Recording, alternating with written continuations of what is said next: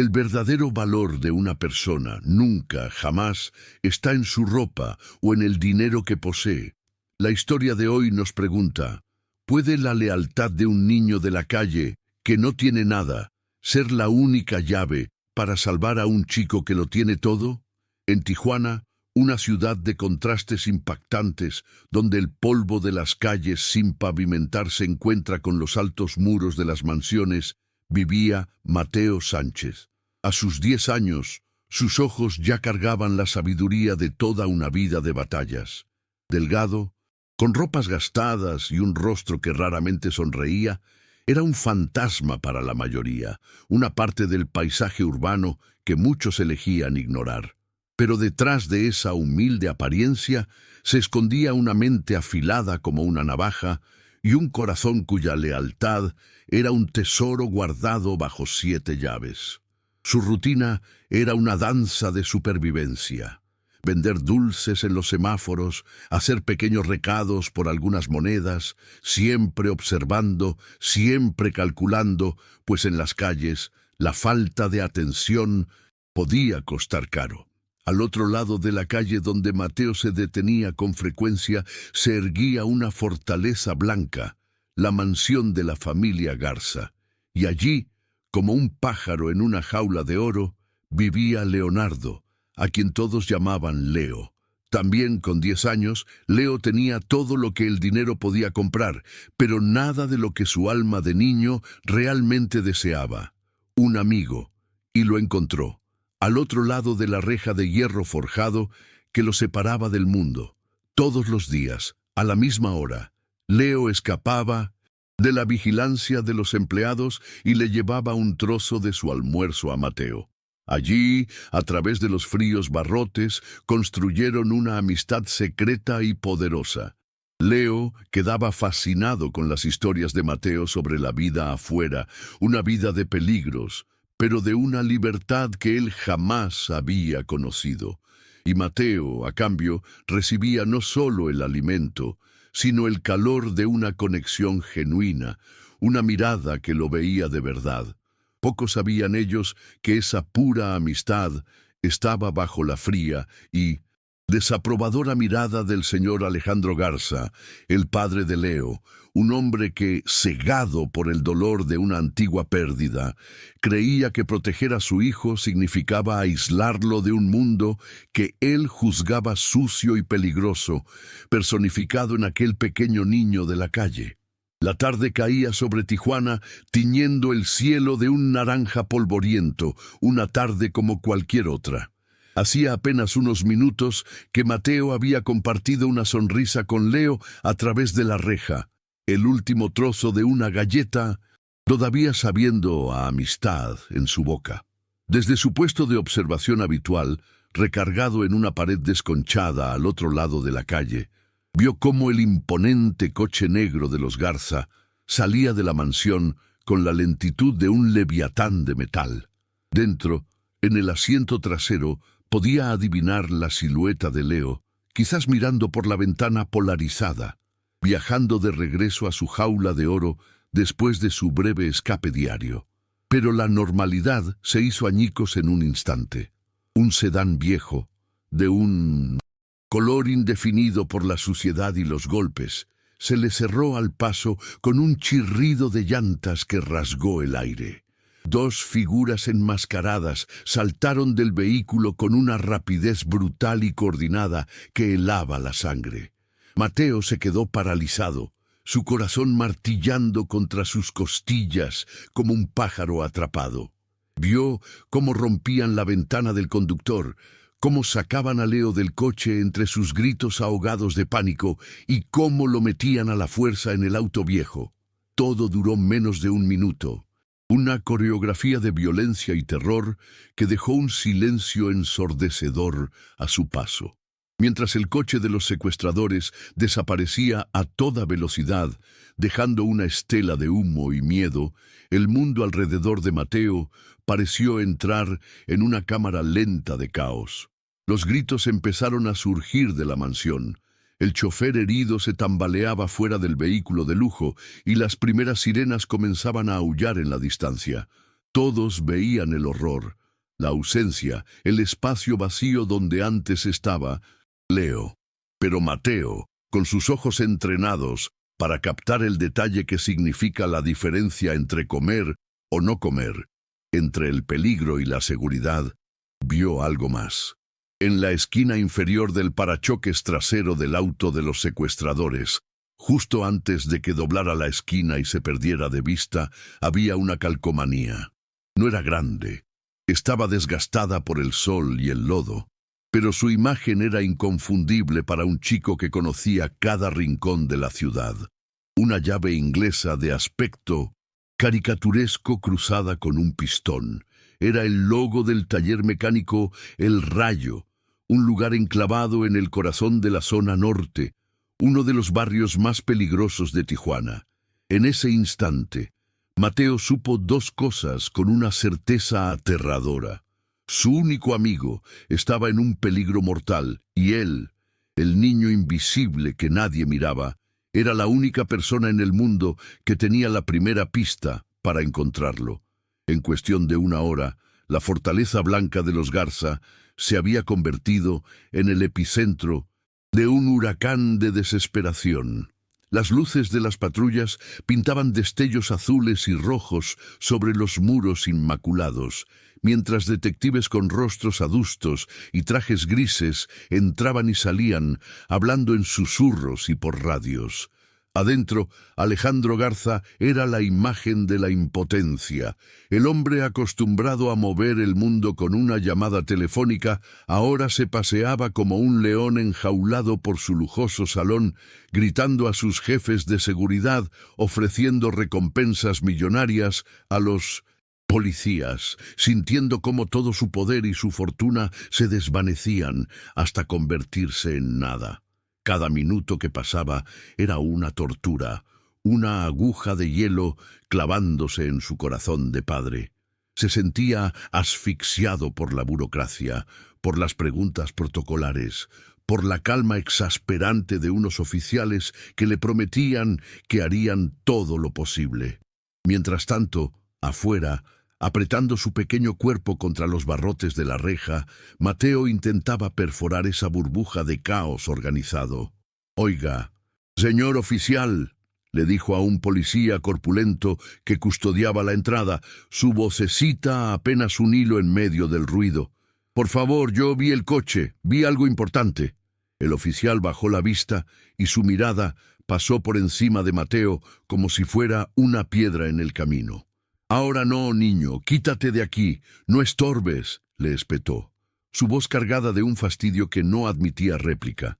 Rechazado pero no vencido, Mateo esperó, con la imagen de la calcomanía grabada a fuego en su mente. Vio una oportunidad cuando el propio Alejandro Garza salió al jardín, con el teléfono pegado a la oreja y el rostro desencajado por la angustia. En un impulso de coraje desesperado, Mateo se escabulló por un hueco en el cerco de seguridad y corrió hacia él. «¡Señor Garza!», exclamó, su voz temblorosa pero clara. «Señor, por favor, yo sé algo. Vi una calcomanía en el coche del taller El Rayo, en la zona norte». Alejandro se detuvo en seco, pero no para escuchar. Su mirada, inyectada en sangre por el llanto y la rabia, se posó en Mateo, y en lugar de ver a un posible aliado, vio la personificación de todo lo que despreciaba, un niño de la calle, sucio, una molestia inoportuna en el peor momento de su vida. «¿Qué demonios haces tú aquí?», rugió, su voz resonando con un dolor y un prejuicio venenosos. «Largo de mi casa ahora mismo. Seguridad, saquen a este mocoso de aquí. No estoy para juegos». El rechazo fue tan brutal, tan cargado de desprecio, que a Mateo le dolió más que cualquier golpe físico. Mientras dos guardias lo agarraban con rudeza y lo expulsaban a la calle, una fría y amarga certeza se instaló en su pecho. Nadie iba a escucharlo, nadie iba a creerle. Estaba solo, y si quería volver a ver a su amigo, tendría que adentrarse él mismo en la boca del lobo. El sol ya se había ocultado por completo, y las luces de neón de Tijuana comenzaban a parpadear, pintando las calles con promesas falsas. Para Mateo, la noche no era un final, sino el verdadero comienzo. Con el eco del desprecio del señor Garza todavía ardiendo en sus oídos, se dirigió hacia la zona norte, el corazón oscuro y palpitante de la ciudad. El aire se volvía más denso a cada paso, cargado con el olor a fritanga, a basura y a un peligro latente que se adhería a la piel. Las calles se estrechaban, convirtiéndose en laberintos de concreto donde la ley era dictada por hombres con miradas duras apoyados en las esquinas. Mateo, sin embargo, se movía por este territorio hostil con una fluidez que solo la calle enseña. Se hizo pequeño, invisible, una sombra más entre las muchas que danzaban bajo las farolas parpadeantes. Sabía que aquí un paso en falso, una mirada demasiado directa, podía ser una sentencia. Finalmente lo vio. Un letrero oxidado que apenas se balanceaba con las palabras «Taller El Rayo». El lugar era más una chatarrería que un taller, un cementerio de autos desmantelados, protegido por una reja alta. Un par de hombres de aspecto rudo fumaban en la entrada, sus ojos como los de halcones vigilando su nido. Con el corazón latiéndole con fuerza pero con la mente fría y calculadora, Mateo encontró el escondite perfecto, el techo de un edificio abandonado al otro lado de la calle, un punto de observación ideal desde donde podía ver cada entrada y salida sin ser detectado. Su investigación había comenzado. Mientras Mateo se instalaba en su puesto de vigía, en la esterilizada atmósfera de la mansión Garza, el silencio fue brutalmente interrumpido por el timbre agudo de un teléfono especial instalado por la policía. Todas las cabezas se giraron. Alejandro Garza se abalanzó sobre el aparato, su mano temblando al levantar el auricular. «Diga», contestó, su voz apenas un susurro ronco. Del otro lado, una voz distorsionada, metálica y desprovista de toda emoción le habló. «Señor Garza, tenemos a su hijo. No diga nada, solo escuche». Alejandro sintió que el suelo se abría bajo sus pies. Los técnicos de la policía le hacían señas frenéticas para que mantuviera la llamada, pero él solo podía concentrarse en esa voz de pesadilla que dictaba sus términos. Una suma de dinero astronómica, instrucciones precisas para la entrega y la advertencia helada de que cualquier involucramiento policial resultaría en la muerte de Leo. Y entonces, para probar que no mentían, pusieron a su hijo al teléfono. Solo fueron 3 palabras, un grito ahogado por el llanto y el terror. «Papá, ayúdame». Luego, la llamada se cortó. Alejandro se derrumbó en la silla, el auricular resbalando de su mano. En ese momento comprendió la verdad más terrible de todas. Sus millones, su imperio, sus contactos. Nada de eso importaba. Era solo un padre aterrorizado, completamente a merced de unos monstruos sin rostro, más solo y desamparado que nunca en su vida. Las horas se arrastraron con la lentitud de una tortura para Mateo. El frío de la noche de Tijuana se le metió en los huesos, haciendo temblar su cuerpo menudo, a pesar de que se acurrucaba para conservar el calor. El hambre era un nudo doloroso en su estómago, pero lo ignoró. Su mente estaba completamente enfocada en el taller, sus ojos escudriñando cada movimiento como un depredador nocturno. Observó los patrones. Los hombres no reparaban autos, solo recibían a otros individuos de aspecto similar que llegaban en vehículos sin matrícula, intercambiaban paquetes y se marchaban con prisa. Eran ratas nerviosas en su madriguera. La paciencia de Mateo, forjada en años de espera y supervivencia, finalmente dio su fruto cerca de la madrugada. 2 de los vigilantes, creyéndose a salvo en la oscuridad, se detuvieron justo debajo de su escondite para fumar un cigarrillo. El viento de la noche le trajo fragmentos de su conversación, palabras que hicieron que su corazón diera un vuelco. «El niño no deja de llorar», se quejó uno. «Ya me tiene harto. Si no se calla, Juro que... El otro lo interrumpió, su voz más baja y autoritaria. Cálmate, ya le llevaron comida a la bodega de atrás. Con eso se calmará. Nadie va a buscarlo allí, ahora cierra la boca y sigue vigilando. La bodega de atrás no estaba en el taller, estaba en un almacén separado. Esa era la pieza que le faltaba. Una chispa de esperanza se encendió en el pecho de Mateo, una luz diminuta pero desafiante en medio de la inmensa oscuridad. Mientras Mateo obtenía la única pista real que existía en el caso, en la jaula de oro de la mansión Garza, la desesperación de Alejandro se estaba transformando en una rabia ciega. Los detectives le pedían calma, le explicaban los protocolos para el pago del rescate, hablaban de rastreo, de paciencia, de no poner al niño en mayor riesgo. Pero para Alejandro, cada una de sus palabras era un insulto, una muestra de incompetencia burocrática, mientras la vida de su hijo pendía de un hilo. El recuerdo de la vocecita aterrorizada de Leo era un veneno que le recorría las venas, nublándole el juicio. No podía quedarse de brazos cruzados, confiando en hombres que, a su parecer, no habían hecho nada. Se puso en pie, con una decisión de acero en su mirada. «Se acabó», sentenció, interrumpiendo al detective al mando. «Les agradezco sus esfuerzos, pero haré las cosas a mi manera. Pagaré el rescate, sí, pero mi equipo de seguridad personal se encargará de supervisar la entrega. No voy a dejar el destino de mi hijo en manos de su protocolo». El detective intentó protestar, argumentando que una operación no coordinada era increíblemente peligrosa. Pero Alejandro Garza ya no escuchaba. Ciego de dolor, había vuelto a su viejo instinto. Confiar solo en el poder que su dinero podía comprar, tomando una decisión impulsiva que podía sellar trágicamente el destino de Leo. Con los primeros y tímidos rayos del amanecer tiñendo de gris el horizonte, Mateo supo que su ventana de oportunidad había llegado. Era la hora de los fantasmas, ese breve lapso en que la noche se rinde y los vigilantes están en su punto más bajo de alerta.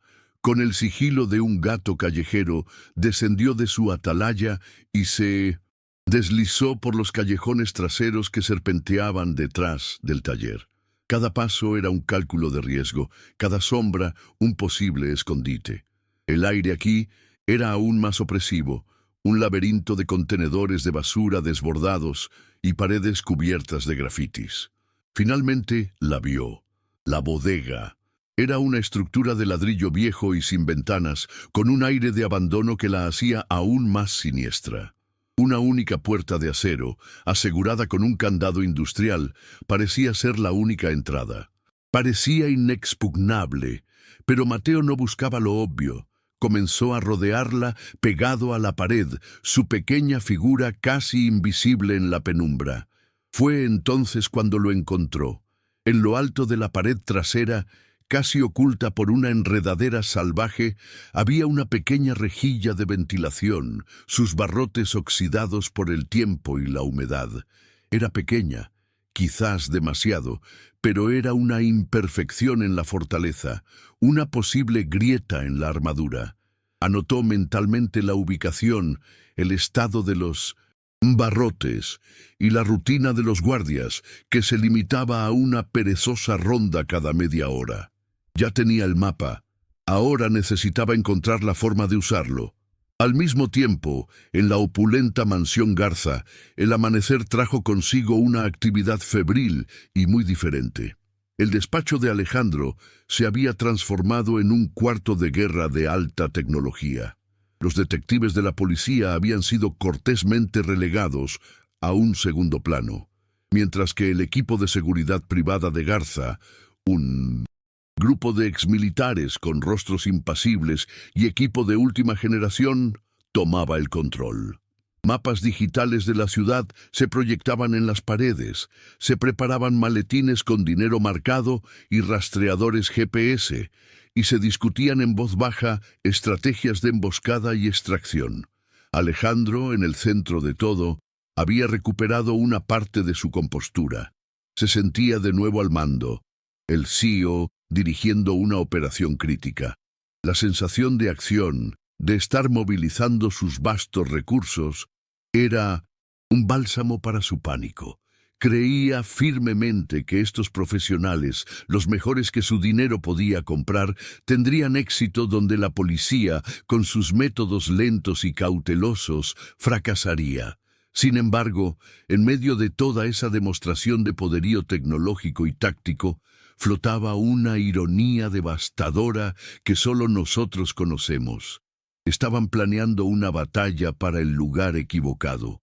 Preparaban una confrontación en el punto de entrega del rescate, ignorando por completo que el verdadero tesoro, el pequeño Leo, se encontraba a kilómetros de distancia encerrado en una bodega olvidada que solo un niño sin nombre conocía. La duda no era una opción. Mateo necesitaba estar seguro, necesitaba ver a su amigo. Con la decisión grabada en su rostro, se acercó a la pared trasera de la bodega. La rejilla de ventilación parecía estar a una altura imposible, un ojo diminuto y burlón cerca del techo, pero las calles le habían enseñado a leer la arquitectura de la supervivencia. Usó una vieja tubería de desagüe como primer apoyo, sus zapatillas gastadas, buscando y encontrando agarre en el metal oxidado. Luego se aferró a las grietas de los ladrillos, sus pequeños dedos encontrando huecos que para cualquier otro serían invisibles. La enredadera, que antes parecía un obstáculo, se convirtió en una escalera natural y traicionera. El ascenso fue una sinfonía silenciosa de esfuerzo y miedo. Cada movimiento era preciso, cada respiración contenida. Un ladrillo suelto, un resbalón, y todo habría terminado. Finalmente, con los músculos ardiendo y el corazón en la garganta, llegó a la rejilla. Se aferró a los barrotes fríos y pegó la cara al metal, mirando hacia la oscuridad. Sus ojos tardaron un segundo en adaptarse y entonces lo vio. Allí estaba Leo, acurrucado sobre un colchón mugriento en un rincón, hecho un ovillo de miedo. Una única bombilla desnuda colgaba del techo, iluminando su rostro pálido y las lágrimas secas en sus mejillas. A pocos metros, un hombre corpulento roncaba en una silla. La visión de su amigo tan frágil y solo encendió una furia helada en el interior de Mateo, sofocando por completo su propio miedo. Ya no había dudas. Tenía la prueba. Mientras Mateo descendía con un cuidado infinito, a kilómetros de distancia, la operación de Alejandro Garza entraba en su fase final. Una nueva llamada de los secuestradores había designado el lugar de la entrega, un camino abandonado junto a una fábrica en desuso en las afueras de la ciudad. Era un lugar perfecto para una emboscada, y el equipo de Garza se creía preparado para ello. Un convoy de 3 camionetas negras, de apariencia normal pero completamente blindadas, salió de la mansión.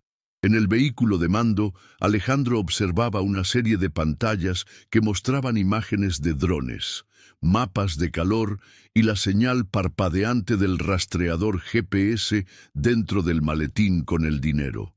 Se sentía poderoso, un general a punto de entrar en combate, rodeado por la fría eficiencia de sus mercenarios. Habían planeado cada detalle. Francotiradores en posiciones elevadas, equipos de asalto listos para intervenir, rutas de escape. Era una demostración abrumadora de fuerza y estrategia, pero era una estrategia construida sobre una base de ignorancia. Toda esa maquinaria de guerra, toda esa planificación meticulosa se dirigía a un escenario vacío, a un señuelo. Eran un ejército formidable y ciego, yendo a la caza de una sombra mientras, en el corazón de la zona norte, el verdadero prisionero seguía esperando a su único y verdadero caballero andante. El convoy llegó al desolado camino de la fábrica. El silencio era casi total, roto solo por el sonido del viento. Tal como indicaban las instrucciones, el hombre de confianza de Alejandro, un exsoldado con nervios de acero, Depositó el maletín en el suelo y se retiró lentamente. En las pantallas del vehículo de mando, Alejandro observaba cada ángulo con la respiración contenida. La espera fue agónica. Entonces, el rugido de un motor rompió la calma. Una motocicleta destartalada con un único piloto, cubierto de pies a cabeza, apareció de la nada, agarró el maletín y aceleró a fondo. «Síganlo, síganlo, no lo pierdan», ordenó Alejandro. El equipo, creyendo que el señuelo los llevaría a la guarida, inició un seguimiento a distancia, una danza de alta tecnología persiguiendo a un simple mensajero. Siguieron la señal del GPS a través de un laberinto de calles hasta que se detuvo en seco en medio de un bullicioso mercado popular. El equipo de asalto se movilizó con una precisión letal, esperando encontrar una resistencia armada. En su lugar, encontraron el maletín abierto y vacío, arrojado dentro de un contenedor de basura junto al rastreador que parpadeaba inútilmente. El dinero y el motorista se habían desvanecido, absorbidos por el caos de la multitud. Habían sido burlados con una facilidad humillante. En la solitaria camioneta de mando, Alejandro Garza vio en la pantalla la imagen del maletín vacío y sintió cómo todo, su mundo, su poder y su arrogancia se hacían añicos. Había fracasado. Mateo, por su parte, sabía que el tiempo corría en su contra. El fallido intercambio, del que seguramente ya se hablaba en las calles, pondría a los secuestradores nerviosos, y un secuestrador nervioso es un secuestrador peligroso. Volver a la mansión era imposible. Tenía que encontrar una manera de entregar un mensaje anónimo, pero tan específico que fuera imposible de ignorar. Su mente, un archivo de detalles olvidados, recordó al jefe de seguridad de Garza, un hombre llamado a quien había escuchado dar órdenes con una calma profesional, a diferencia de la furia ciega del padre de Leo. Necesitaba contactarlo a él. Con las pocas monedas que le quedaban, se metió en una cabina telefónica, un dinosaurio de metal y cristal en una esquina olvidada. Sabía que su voz de niño lo delataría al instante. Tenía que usar otro lenguaje. Buscó en la guía el número de la Oficina de Seguridad Directa de Empresas Garza, un número que había visto en una de las camionetas. Marcó con dedos temblorosos. Alguien contestó al otro lado. «Seguridad Garza, dígame». Mateo no pronunció palabra. En su lugar, pegó el auricular al teléfono y con el nudillo comenzó a golpear el metal en una serie de toques cortos y largos. Era código Morse, una habilidad extraña aprendida de un viejo pescador que a veces le daba comida en el muelle. El mensaje era corto, claro y desesperado. «Bodega tras taller, Rayo, zona norte, Leo, Agi». Colgó antes de que pudieran decir nada y se esfumó en la noche, dejando tras de sí una última y frágil hebra de esperanza.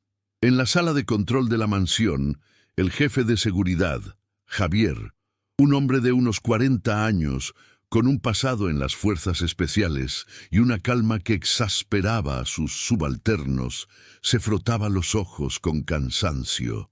Estaba lidiando con las consecuencias del desastre, coordinando con la policía y tratando de apaciguar a su jefe cuando recibió la llamada en su línea directa. De Nachalies. Al principio solo escuchó silencio. Estaba a punto de colgar, pensando que era una llamada perdida cuando escuchó los golpes. Eran rítmicos, deliberados. No era ruido al azar. Su entrenamiento militar, dormido durante años de trabajo corporativo, se despertó de un salto. «Graben esto», siseó a un técnico. Cogió un bolígrafo y un bloc de notas, su mente trabajando a toda velocidad. Punto, punto, punto, raya, raya, raya. Era código Morse. Con una concentración absoluta, su mano voló sobre el papel, traduciendo los golpes en letras: BODEGA, TRAS, TALLER. Cuando la llamada se cortó, Javier se quedó mirando las palabras que había escrito. Bodega tras taller El Rayo, zona norte, leo ahí. No era una amenaza, no era una petición de rescate, era inteligencia pura, precisa y directa. Un escalofrío le recorrió la espalda. Podía ser una trampa, sí, pero su instinto, afilado en innumerables operaciones, le gritaba que era real. Era la primera pista sólida, tangible, que habían tenido en toda la crisis. Con el bloc de notas en la mano, Javier irrumpió en el despacho de Alejandro sin siquiera tocar. Encontró a su jefe tal como esperaba, hundido en su sillón de cuero, con la mirada perdida en el vacío. La viva imagen de la derrota. «Señor Garza», dijo Javier con una voz firme que cortó la pesada atmósfera de la habitación. Alejandro levantó la vista, sus ojos inyectados en sangre. «¿Qué quiere, Javier? ¿Viene a decirme que ha perdido otro $1.000.000?» Javier ignoró el sarcasmo y puso la nota sobre el escritorio.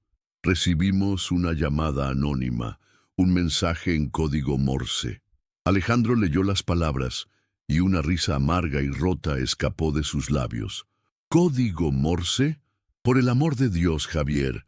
Ahora los secuestradores son aficionados a la historia. Es una trampa. Quieren dividir nuestras fuerzas. Pero Javier no se movió. Señor, con todo respeto, esta pista es diferente. Es específica. Nos da un lugar. ¿Por qué nos mentirían sobre la ubicación exacta? Si fuera una trampa, nos habrían atraído a otro descampado. Por un instante, un recuerdo fugaz asaltó la mente de Alejandro. Un niño pequeño, con el rostro sucio, tratando de decirle algo sobre un taller. Lo apartó como una molestia. Sin embargo, la lógica de Javier, unida a su propia y absoluta desesperación, encontró una grieta en su muro de cinismo. No tenía nada que perder. «De acuerdo», suspiró, el peso del mundo en sus hombros. «Informe a la policía.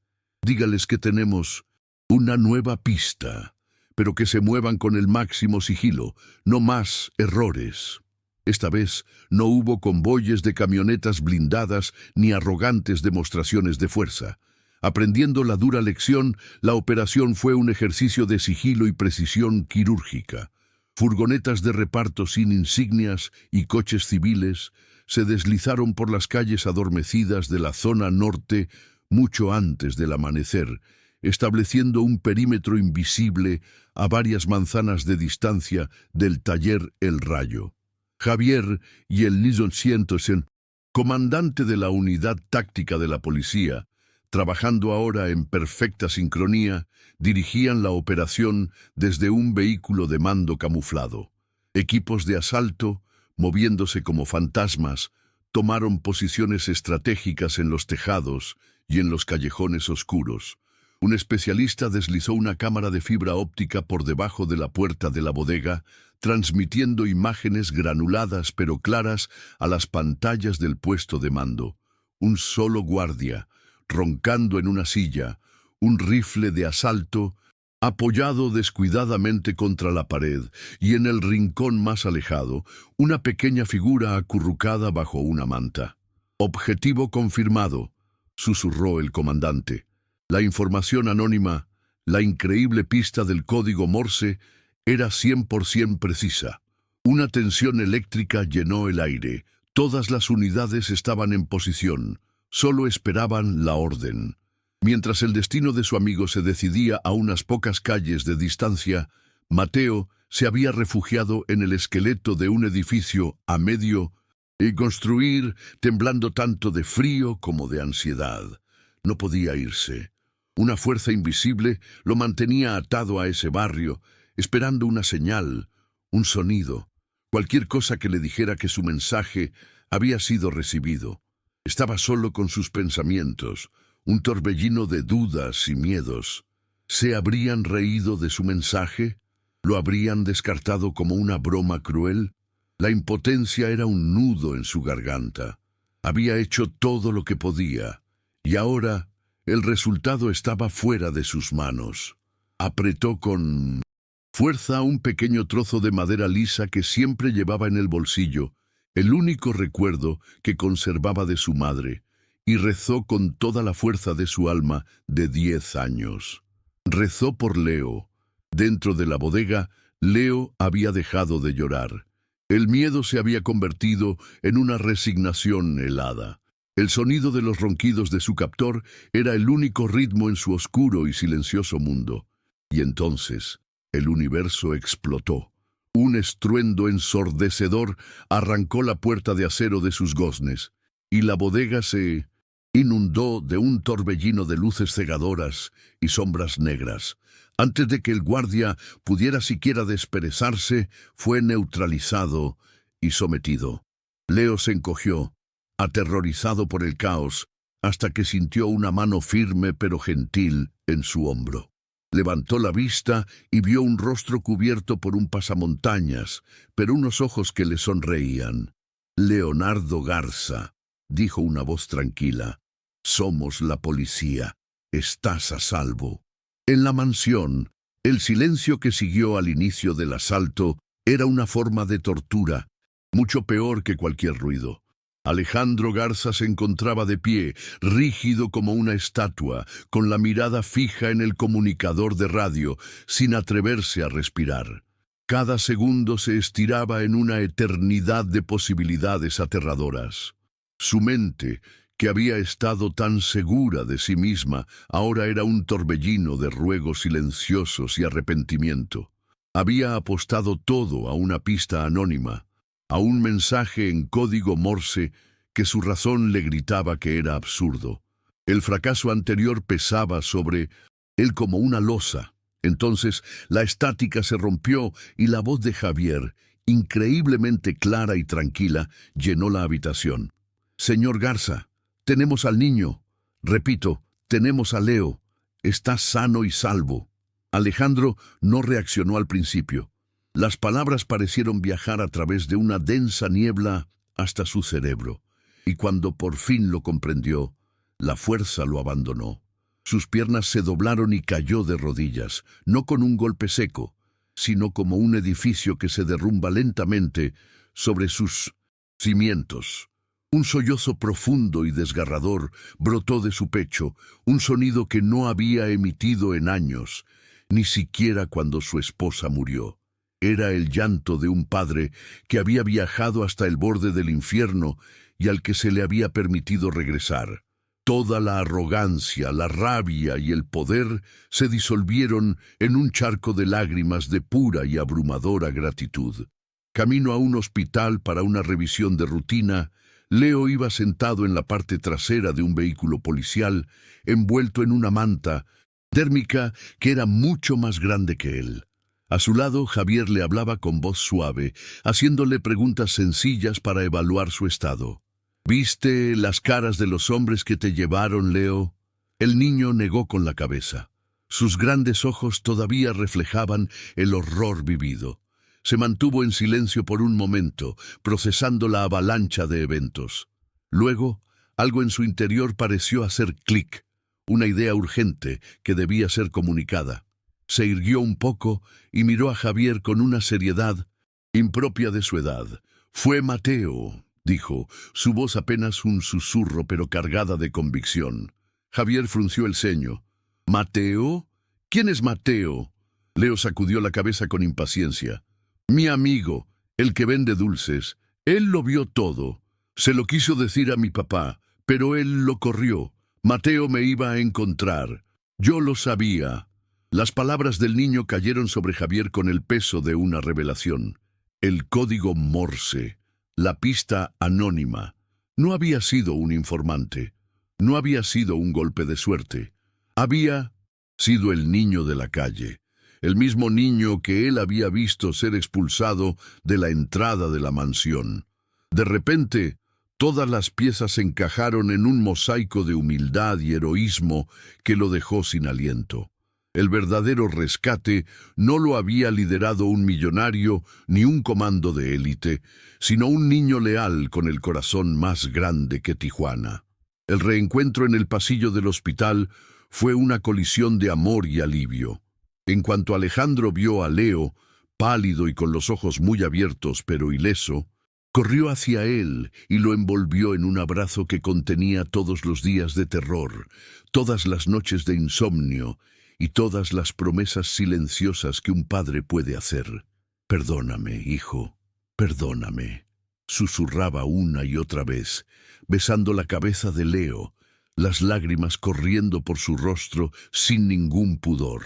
Por primera vez en años, Leo sintió el calor incondicional de su padre, no la presencia distante del hombre de negocios.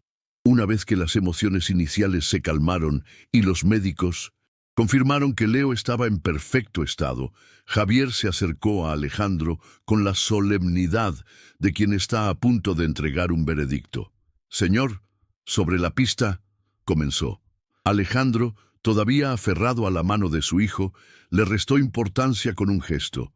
«Páguele, Javier, lo que pida, 1 millón, 2, no importa, cómprele una casa, dele lo que sea, se lo debemos todo».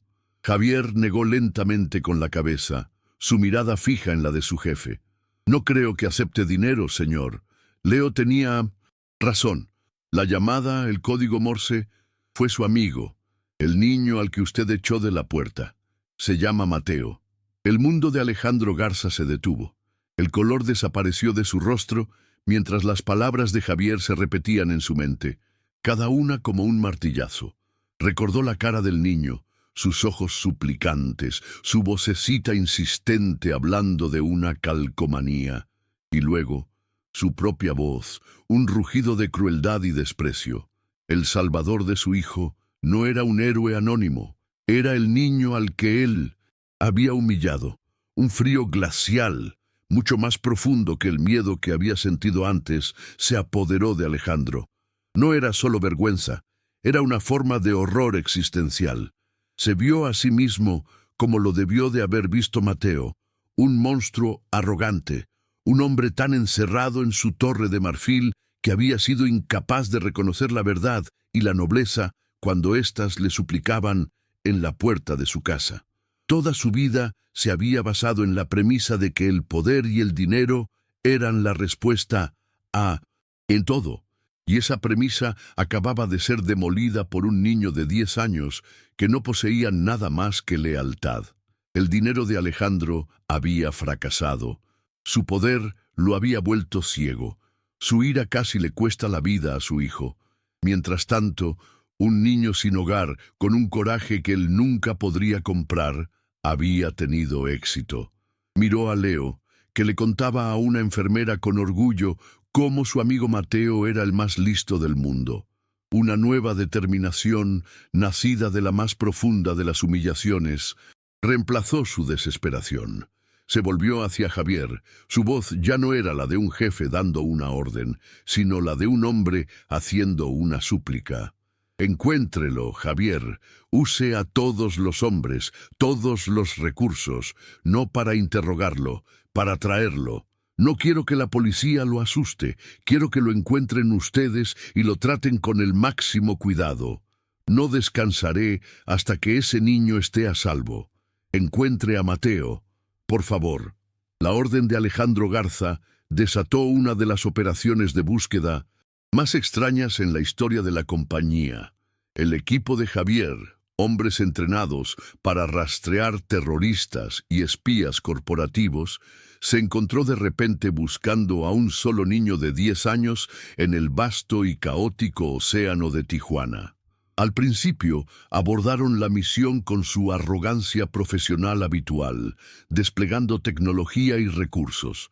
Obtuvieron una descripción clara de Leo y buscaron imágenes de cámaras de seguridad de los alrededores de la mansión, consiguiendo una foto borrosa pero identificable de Mateo. Sin embargo, pronto se toparon con un muro de silencio y desconfianza. En los barrios pobres y en los círculos de niños de la calle, los hombres bien vestidos que hacen preguntas son sinónimo de problemas. El dinero que ofrecían por información era visto con sospecha, y sus preguntas eran respondidas con encogimientos de hombros y miradas vacías. Se dieron cuenta de que Mateo no era un objetivo normal, era un experto en el arte de la invisibilidad, un arte que ellos, con Windows y todos sus aparatos no podían contrarrestar. Los días comenzaron a pasar, convirtiéndose en una semana, y la frustración de Alejandro se transformaba en una angustia silenciosa. Cada informe fallido de Javier era un recordatorio de que el niño al que le debía todo era un fantasma que no quería ser encontrado. Mientras la búsqueda se intensificaba, Mateo se había sumergido en las entrañas más profundas y olvidadas de la ciudad. Desde un escondite seguro, había visto con un alivio que casi lo hizo llorar cómo se llevaban a Leo, a salvo, en una ambulancia. Pero esa alegría fue efímera, reemplazada casi al instante por un miedo paralizante. Él había estado allí, había visto a los secuestradores, sabía dónde se escondían. En el código no escrito de las calles, eso lo convertía en un cabo suelto. Un peligro tanto para los criminales que pudieran haber escapado como para la policía que pudiera verlo como un cómplice. El terror se apoderó de él cuando los rumores comenzaron a correr como la pólvora. Hombres importantes, los mismos del millonario, estaban buscando a un niño, ofreciendo dinero, mostrando una foto. Su mente infantil, moldeada por una vida de desconfianza, no podía procesar esto como un acto de gratitud. Para él, significaba que estaba en problemas. Quizás el señor Garza estaba furioso con él por haberse involucrado. Quizás pensaban que había pedido una recompensa. Su instinto de supervivencia, el único padre que había conocido, le gritaba una sola orden: desaparecer. Cambió sus rutas, abandonó sus refugios habituales y se convirtió en una sombra, huyendo de las mismas personas que cruzaban la ciudad desesperadamente para ofrecerle un hogar. Había pasado más de una semana, y la mansión Garza, a pesar de tener a su joven heredero de vuelta, estaba impregnada de una atmósfera de fracaso. Alejandro pasaba las horas en su despacho, escuchando los informes negativos de Javier, cada uno un nuevo golpe a su esperanza. Una tarde, mientras colgaba el teléfono con un suspiro de frustración, sintió una pequeña mano en su brazo. Era Leo, que lo había estado observando en silencio. «Papá», dijo con una voz suave pero segura, «así no lo vas a encontrar». Alejandro lo miró, dispuesto a darle una respuesta condescendiente, pero algo en la mirada de su hijo lo detuvo. «Lo estás buscando con tus hombres, como si fuera un criminal. Pero Mateo no es así. Él es más listo, y ahora mismo debe de tener mucho miedo de ti». Las palabras de Leo, tan simples y directas, golpearon a Alejandro con la fuerza de una verdad innegable. Había vuelto a usar la fuerza, la intimidación, los métodos de un hombre poderoso, en lugar de la compasión. Leo continuó: «Nuestro lugar es la reja. Allí es donde hablamos. Si él quisiera verme, si no tuviera tanto miedo, es ahí a donde iría. Deberíamos esperarlo allí, solo tú y yo». La idea era tan sencilla, tan desprovista de estrategia y tecnología, que a Alejandro le pareció la cosa más brillante que había escuchado en años. Por primera vez dejaba de lado su propio juicio para confiar plenamente en la sabiduría de su hijo. Al día siguiente, al atardecer, la misma hora en que solían encontrarse, Alejandro y Leo salieron al jardín. Alejandro le había pedido a todo su personal, incluyendo a la seguridad, que se mantuviera dentro de la casa y fuera de la vista. Eran solo ellos dos.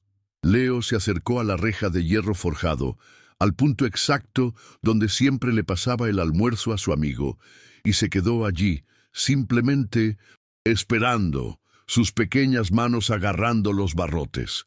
No llamó, no gritó, solo esperó. Alejandro se mantuvo a una distancia prudente, sintiéndose extrañamente vulnerable y expuesto, un padre apoyando a su hijo en un acto de fe. Desde el otro lado de la calle, oculto en el hueco de una entrada tapiada, Mateo los vio. Llevaba días sobreviviendo a duras penas, su miedo luchando una batalla constante contra el hambre y una soledad que le dolía en el alma. Había evitado esa calle a toda costa. seguro de que estaría vigilada. Pero lo que veía no era una trampa, era su amigo esperando por él. Vio la figura del señor Garza, pero no parecía amenazante, parecía paciente. El corazón de Mateo comenzó a latir con un ritmo errático, un tambor de guerra entre la desconfianza y la esperanza. El anhelo de acercarse a su amigo, a su único amigo, comenzó a ganar la batalla. Con una vacilación que le hizo temblar todo el cuerpo, dio un paso fuera de la oscuridad. Cada paso que Mateo daba para cruzar la calle era una batalla entre el instinto que le gritaba que huyera y la lealtad que lo empujaba hacia adelante. Mantuvo sus ojos fijos en Leo, quien ahora sonreía con un alivio tan radiante que parecía iluminar el atardecer. El niño rico no se movió, entendiendo intuitivamente que Mateo necesitaba hacer ese viaje por sí mismo, cerrar la distancia bajo sus propios términos. Cuando Mateo finalmente llegó a la reja, sus dedos sucios se aferraron a los mismos barrotes que las manos limpias de Leo sostenían. Se miraron a través del hierro, y en ese silencio se dijeron todo: «Estás a salvo, te extrañé, gracias por esperarme». Por un instante, el mundo exterior desapareció, y solo existían ellos dos en el universo secreto de su amistad. Observando la escena, Alejandro sintió una punzada de dolor y vergüenza. Era un extraño en el mundo que ellos habían construido. Lentamente, comenzó a caminar hacia ellos, y al instante, la magia se rompió. Mateo se tensó, su cuerpo se encogió, preparándose para la huida, su mirada pasando de la confianza a la desconfianza en un parpadeo. Esa reacción instintiva de miedo, un miedo que él mismo había sembrado, fue para Alejandro más dolorosa que cualquier acusación verbal. Al ver el pánico en los ojos del niño, Alejandro se detuvo en seco. Comprendió que cualquier palabra que dijera desde su altura, desde su posición de poder, sonaría a mentira, a una orden, y en ese momento de claridad devastadora hizo lo único que podía hacer para destruir el muro de miedo que él mismo había construido. Lenta, deliberadamente, dobló las rodillas y se arrodilló sobre el césped perfectamente cortado de su jardín. Se arrodilló ante el niño de la calle, un acto de sumisión tan profundo y tan ajeno a su naturaleza que silenció el mundo a su alrededor. Con los ojos al mismo nivel que los de Mateo, un millonario y un niño sin hogar se miraron como iguales por primera vez. Las lágrimas, que había luchado por contener, finalmente rodaron por las mejillas de Alejandro, trazando un surco en su máscara de control. «Mateo», dijo, su voz quebrada por un sollozo contenido. No tengo palabras. Fui un ciego, un hombre arrogante y cruel. Y tú, con tu corazón noble, salvaste a mi hijo, me salvaste a mí. No te pido que lo entiendas, solo te pido, por favor, ¿puedes perdonarme?»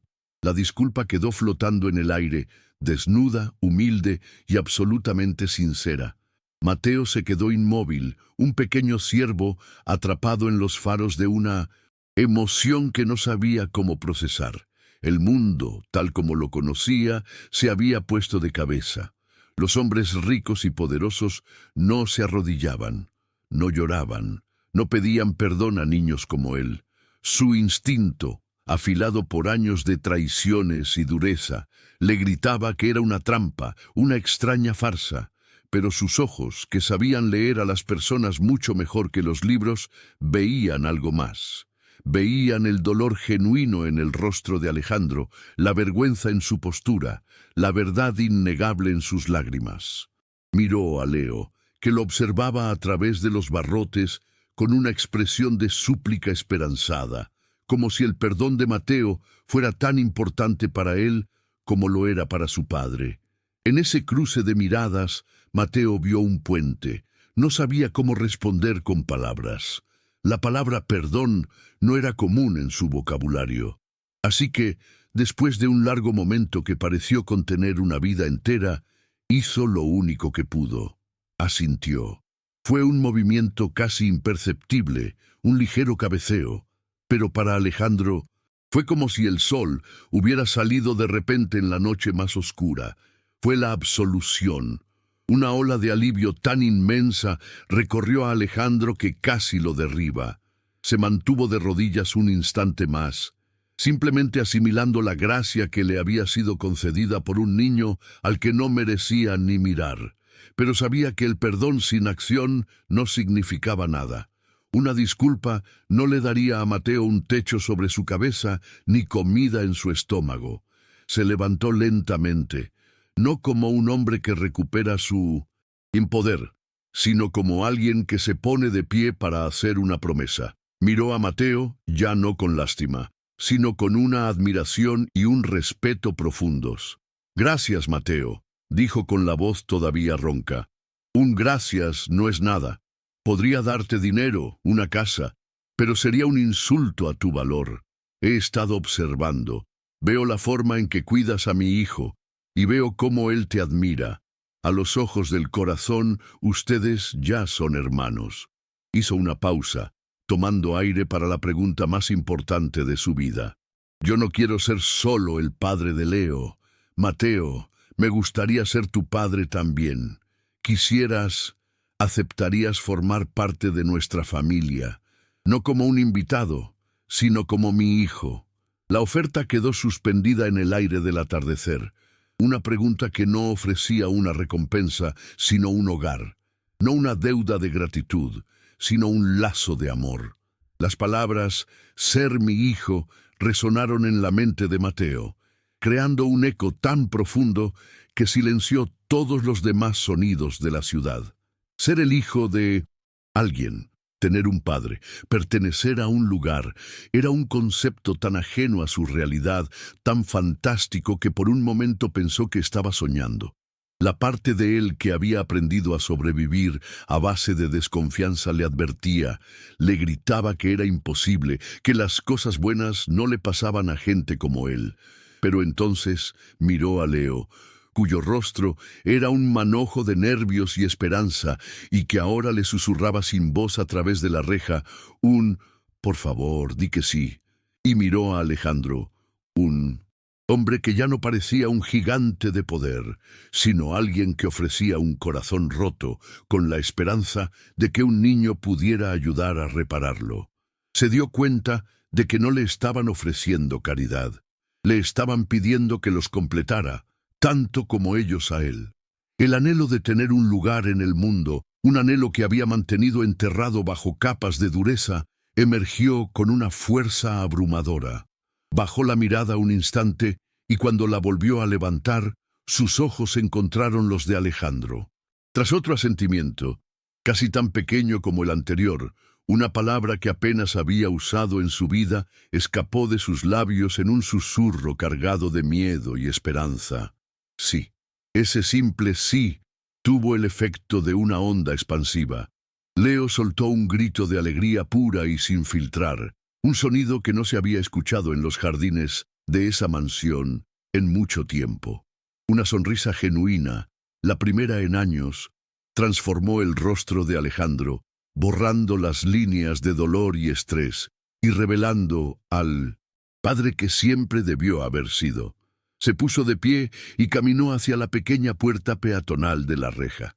Sus manos, normalmente tan firmes y seguras, temblaron ligeramente al manipular el pesado pestillo de bronce. Con un suave chirrido, la puerta que había simbolizado la barrera infranqueable entre dos mundos se abrió hacia adentro. Alejandro no cruzó el umbral ni hizo un gesto para que Mateo entrara. Simplemente sostuvo la puerta abierta, una invitación silenciosa, cediéndole todo el poder de la decisión final al niño. Fue Leo quien corrió hacia la apertura, extendiendo su mano a través del espacio ahora vacío. «Ven, Mateo», le dijo con una sonrisa que abarcaba toda su cara. «Ven a casa». Tomando la mano de su amigo, con el corazón latiendo a un ritmo nuevo y desconocido, Mateo dio el paso. Cruzó el umbral, dejando atrás la acera polvorienta y pisando por primera vez la hierba suave. La reja se cerró detrás de él, no para encerrarlo, sino para protegerlo. Por primera vez, los tres estaban del mismo lado. Los primeros días en la mansión Garza fueron para Mateo como aprender a caminar de nuevo en un planeta con una gravedad diferente. Todo era abrumadoramente nuevo. La sensación de un colchón suave bajo su espalda lo despertaba sobresaltado en mitad de la noche, acostumbrado como estaba a la dureza del cartón y el concreto. El silencio de su propia habitación era a veces más aterrador que los ruidos de la ciudad, porque en la calle el silencio significaba peligro. Las comidas eran un campo minado de cubiertos extraños y costumbres desconocidas, y durante la primera semana Alejandro notó con el corazón encogido que Mateo escondía trozos de pan en sus bolsillos, un instinto de supervivencia profundamente arraigado que tardaría tiempo en desaparecer. Su ancla en este nuevo y extraño océano era Leo. Era Leo quien le enseñaba pacientemente para qué servía cada tenedor, quien celebraba con él cuando ganaba por primera vez en un videojuego, y quien, lo más importante de todo, nunca lo trataba como un proyecto de caridad, sino simplemente como su hermano. La presencia constante y alegre de Leo fue el puente por el que Mateo comenzó a transitar, muy lentamente, desde su pasado de supervivencia hacia un futuro de pertenencia. Por su parte, Alejandro enfrentaba su propio y abrumador desafío: aprender a ser padre de un niño que no era de su sangre, pero que ahora era de su corazón. Pronto comprendió que la paciencia era la única moneda que tenía valor. En esta nueva relación, observaba a Mateo desde la distancia, notando cómo el niño se sobresaltaba con los ruidos fuertes, como siempre elegía sentarse en lugares que le permitían ver todas las salidas de una habitación, cómo su mirada a menudo se perdía en un punto lejano, recordando un mundo que Alejandro apenas podía imaginar. El dinero no podía curar esas heridas. Una noche, encontró a Mateo despierto mucho después de la medianoche, sentado junto a la ventana. Cuando le preguntó qué pasaba, Mateo confesó en un susurro que no le gustaba la oscuridad total, que en la calle siempre había alguna luz lejana y que el silencio lo hacía sentir demasiado solo. Alejandro no dijo nada. Simplemente fue a un armario, sacó un saco de dormir, lo extendió en el suelo junto a la cama de Mateo y se acostó. «No estás solo», le dijo en voz baja, y se quedó allí hasta que la respiración del niño se hizo profunda y regular. Un padre vigilando el sueño de su hijo, protegiéndolo de fantasmas que solo él podía ver. Los meses pasaron, transformando la cautela inicial en una cómoda rutina familiar. La mansión Garza, antes un mausoleo silencioso dedicado al recuerdo y al trabajo, ahora resonaba con el eco de las risas de dos niños y las conversaciones animadas durante la cena. Mateo, con el apoyo de tutores y una mente ávida que había estado dormida, no solo se puso al día en la escuela, sino que demostró ser un estudiante brillante, absorbiendo conocimiento con la misma intensidad con la que antes memorizaba las calles.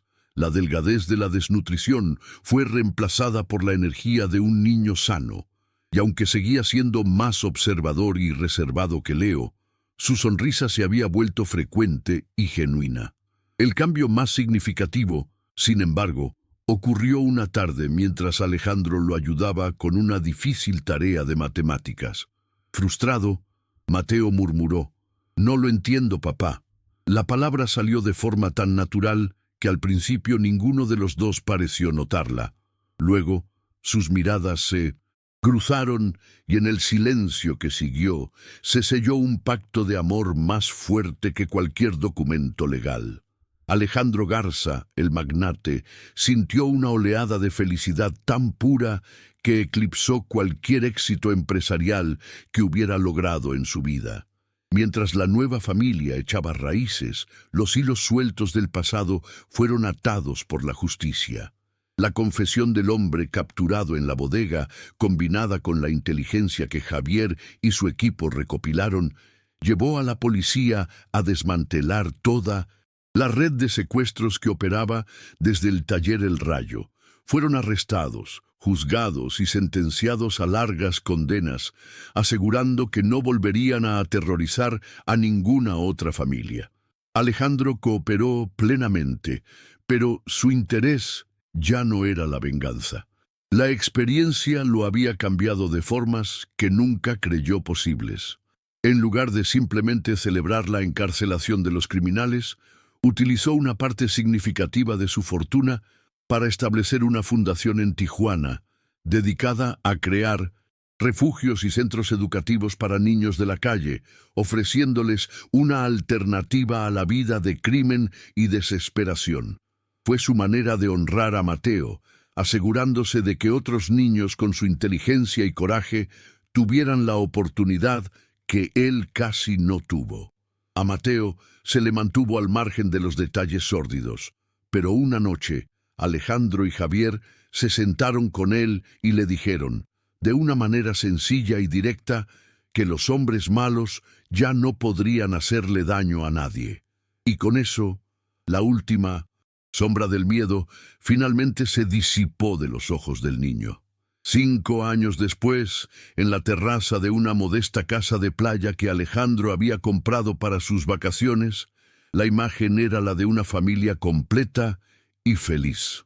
Leo y Mateo, ahora 2 adolescentes de 15 años, eran tan diferentes como el día y la noche, pero inseparables. Leo, extrovertido y carismático, contaba una anécdota exagerada sobre la escuela, gesticulando ampliamente, mientras Mateo, ahora un joven tranquilo y de mirada inteligente, sonreía y lo corregía con un comentario ingenioso y preciso que provocaba la risa de todos. Alejandro, recostado en una silla, los observaba. Las duras líneas de su rostro se habían suavizado con los años, reemplazadas por una serenidad que el dinero nunca le pudo dar.